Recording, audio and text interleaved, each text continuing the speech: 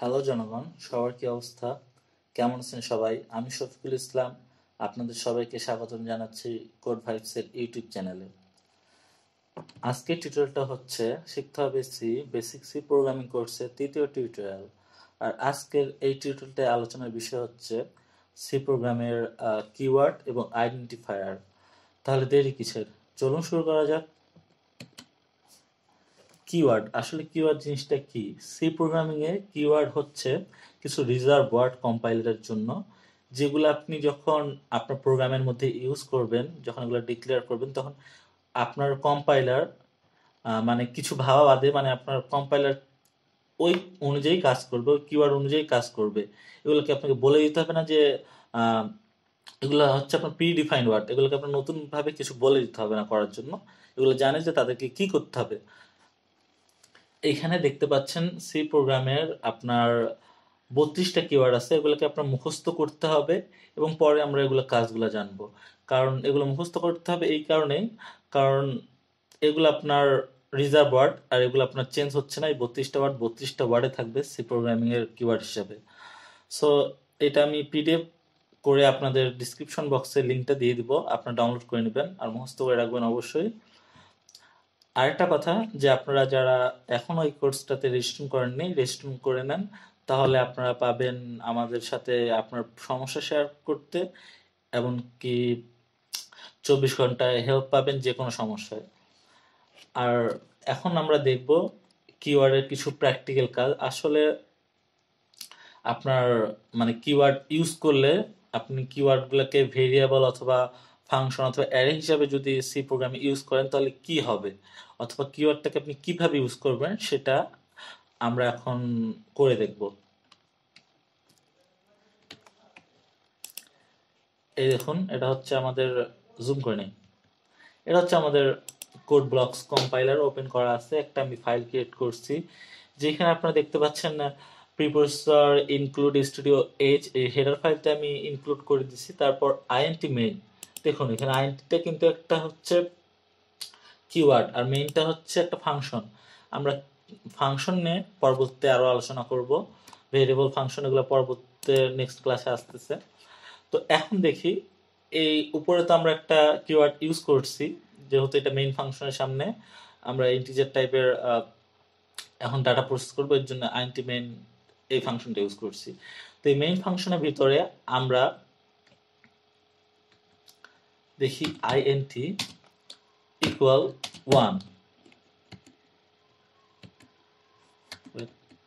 1, তারপরে print f double quotation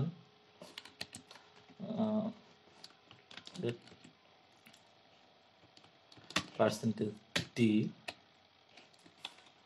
কমা INT. আপনার যে এইখানে যে সিনট্যাক্সটা দেখতে পাচ্ছেন, এটা কিন্তু হচ্ছে আপনার একটা ভেরিয়েবল প্রিন্ট করার সিনট্যাক্স। মানে এখানে আমরা দেখতে পাচ্ছি যে আইএনটি নামের আমরা একটা ভেরিয়েবল নিছি, আর প্রিন্ট এফ এ পার্সেন্টেজ ডি দিয়ে ডবল কোটেশনের মধ্যে পার্সেন্টেজ ডি দিছি, আর কমা দিয়ে একটা আইএনটি মানে এই ভেরিয়েবলটা এখানে ডিক্লেয়ার করার চেষ্টা করছি, মানে এটাকে প্রিন্ট করার চেষ্টা করছি। এখন এটাকে আমরা বিল্ড এন্ড রান একসাথে দিব, দেখি কি হয়। এই দেখুন, এখানে একটা ইরর শো করছে আমাদের কম্পাইলার, যে আইএনটি। এখানে আপনারা বুঝতে পারতেছেন যে আইএনটিকে আমরা শুধু ভেরিয়েবল হিসাবে ইউজ করতে পারবো না। সেখানে আইএনটির পরে আমরা যদি একটা এ নেই, আর এখানে আইএনটিটা ক্লিয়ার করে যদি এখানে একটা এ দেই, তারপর বিল্ড এন্ড রান করি, এই দেখুন এখানে আপনার আউটপুটটা 1 প্রিন্ট করতেছে, আউটপুটে আপনার 1 প্রিন্ট করতেছে। এটার কারণটা হচ্ছে এ আমরা একটা এখানে আইএনটি এই কিওয়ার্ডটা কম্পাইলারকে বলে দিচ্ছে যে এ এই ভেরিয়েবলের ভিতরে ইন্টিজার টাইপ একটা ডাটা আছে। এই 1টা হচ্ছে একটা ইন্টিজার টাইপ ডাটা, 0 থেকে 9 পর্যন্ত এগুলোকে ইন্টিজার বলা হয়। আর এইটাকে কিওয়ার্ড হিসাবে আপনার সিতে শর্টকাটে আইএনটি বলা হয়। মানে আইএনটি হচ্ছে আপনার ইন্টিজার টাইপের শর্টকাট। আপনি যে কোনো প্রকারের যদি আপনার ইন্টিজার টাইপ ডাটাকে ডিক্লেয়ার করতে চান সি প্রোগ্রামে, তাহলে আপনাকে আইএনটিটা ইউজ করতে হবে, ভেরিয়েবল, অ্যারে অথবা ফাংশন এগুলোর সামনে ইউজ করতে হবে। আশা করি তাহলে আপনারা এখানে কিওয়ার্ড বুঝতে পারছেন। আইএনটি নামের এই কিওয়ার্ডটা কিভাবে কাজ করে, মানে ইন্টিজার টাইপের কিওয়ার্ড কিভাবে কাজ করে এটা বুঝতে পারছেন, এবং কিওয়ার্ড কিভাবে প্রিন্ট করতে হয় এটা বুঝতে পারছেন। আর ভেরিয়েবল নিয়ে আমরা নেক্সট ক্লাসে আলোচনা করব। এখন দেখা যাক আইডেন্টিফায়ার কি। আচ্ছা, এখানে আমাদের কিওয়ার্ডের এই সেশনটা শেষ হইলো। যে আশা করি আপনারা বুঝতে পারছেন, না বুঝতে পারলে অবশ্যই কমেন্ট করবেন। আর আমাদের Facebook group, WhatsApp group, page এগুলো লিঙ্ক দেওয়া আছে, এগুলোতে আপনারা কোনো সমস্যা থাকলে আমাদের সাথে শেয়ার করবেন, অবশ্যই এটা সমাধান করার আমরা চেষ্টা করব। পরের স্লাইডে দেখতে পাচ্ছেন যে এটা হচ্ছে আপনার আইডেন্টিফায়ার। আমরা আইডেন্টিফায়ার নিয়ে এখানে কথা বলবো। সি এর আইডেন্টিফায়ার হচ্ছে, আসলে আইডেন্টিফায়ারটা কি? সি প্রোগ্রামিং আইডেন্টিফায়ার হচ্ছে যে আপনার নাম, মানে কোনো কিছুর নাম, ভেরিয়েবল, অ্যারে, ফাংশন, এগুলো নাম দেওয়াটাকে আইডেন্টিফায়ার বলা হয়, মানে এই নাম দেওয়ার প্রসেসটাকে আইডেন্টিফায়ার বলা হয়। যেমন আমার নাম হচ্ছে শফিকুল ইসলাম, এইটা বলে আপনি আমাকে চিনতেছেন। সেরকম সি প্রোগ্রামে কোনো একটা ভেরিয়েবল, কোনো একটা ফাংশনের কি নাম দিয়ে আপনি ডিক্লেয়ার করবেন সেটাকে আপনার আইডেন্টিফায়ার বলা হয়। এখানে আপনারা দেখতে পাচ্ছেন যে সিতে আইডেন্টিফায়ার হলো একটি নাম যেটা কোনো ভেরিয়েবল, ফাংশন অথবা কোনো ইউজার ডিফাইন্ড আইটেম বোঝাতে ব্যবহৃত হয়। এখানে দেখেন আইডেন্টিফায়ার কিছু রুলস দেওয়া আছে। আমি যদি আপনাদেরকে স্লাইডটা দিই তাহলে আপনারা এইটা পাবেন, এই স্লাইডটা পাবেন, এটা আপনারা পড়ে নেবেন।